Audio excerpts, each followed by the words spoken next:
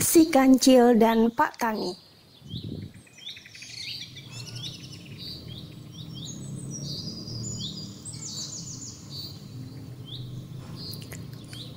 Kruk, kruk. Kancil mengelus perutnya yang dari tadi mengeluh lapar dan tenggorokannya pun sangat kering. Hari amatlah panas. Kancil berjalan sendirian. Tadi ia memang bersama teman-temannya meninggalkan hutan tempat tinggal mereka yang terbakar.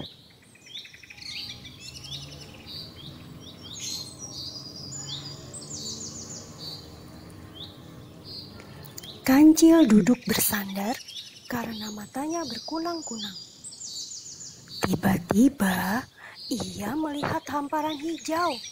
Ya, itu adalah ladang Pak Tani yang menanami ladangnya dengan ketimun. Air liur Kancil menetes. Ia berpikir untuk mencuri timun.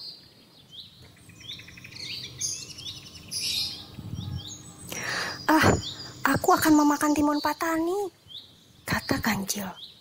Kalau cuma makan sedikit, pasti tidak apa-apa.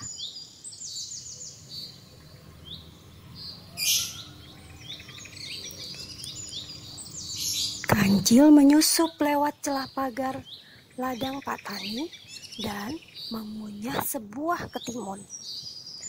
Kres! Segar sekali, seru Kancil.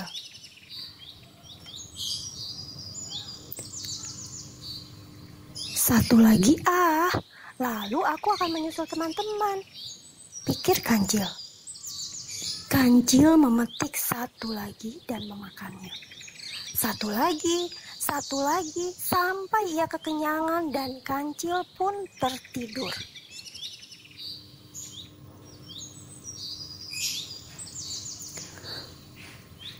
Kancil terkejut karena hari sudah sore.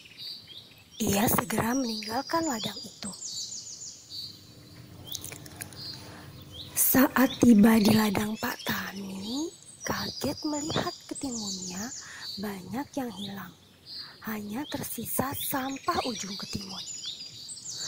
Aduh, bagaimana ini, keluh Pak Tani. Aku tidak jadi panen.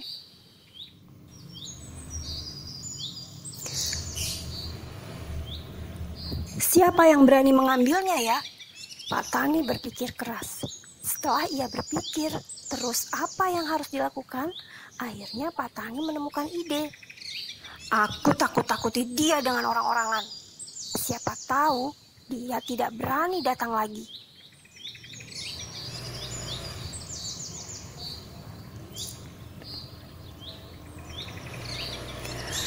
Dibuatlah orang-orangan dari jerami dan dipakaikan baju bekas serta caping Pak Tani.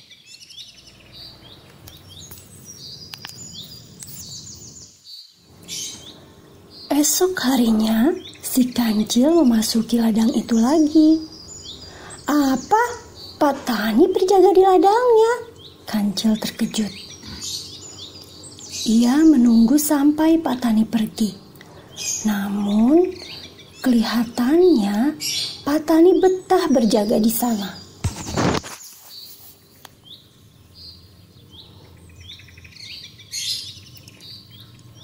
Tapi, mengapa Pak Tani diam dan melotot terus seperti itu ya? Kancil memberanikan diri untuk memasuki ladang dan Pak Tani tidak mengusirnya.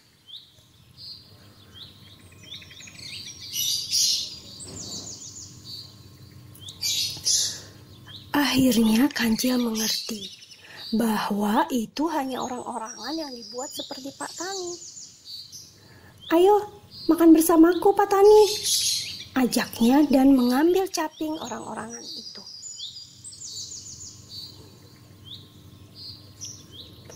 Ia makan sampai kenyang sambil menyenderkan ke tubuh orang-orangan itu. Setelah kenyang, Kancil pun segera pergi.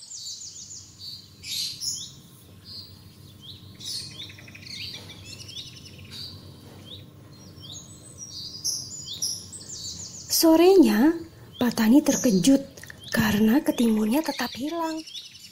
"Ulah siapa sih ini?" katanya geram. "Sepertinya pencurinya sudah tahu jika ini orang-orangan aku," kata Pak Tani.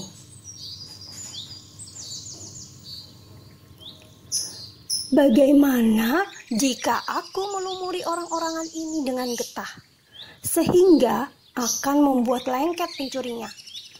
Lalu Pak Tani melumuri tubuh orang-orangan itu dengan getah buah nangka.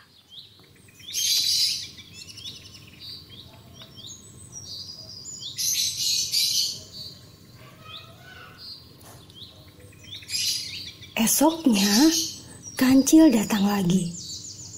"Wah, Pak Tani, kamu masih di situ?" katanya, lalu mulai memetik ketimun dan mulai memakannya sambil menyenderkan tubuhnya. Selesai makan, Kancil pun tertidur.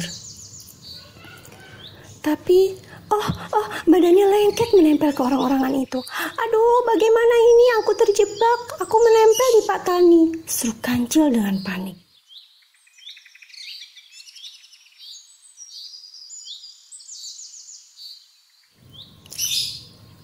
"Oh, rupanya kamu yang memakan hasil jeripayahku." Pak Tani berkacak pinggang. "Ampun Pak Tani, maafkan aku. Hutan kecil kami terbakar beberapa hari lalu." Kancil memohon.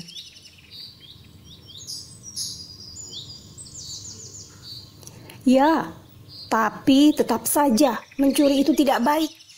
Enaknya saya kasih kamu hukuman apa ya?" Pak Tani tetap kesal. "Bagaimana jika saya hukum kamu membereskan ladang selama seminggu dan menanami bibit ketimun lagi?" kata Pak Tani kepada Kancil.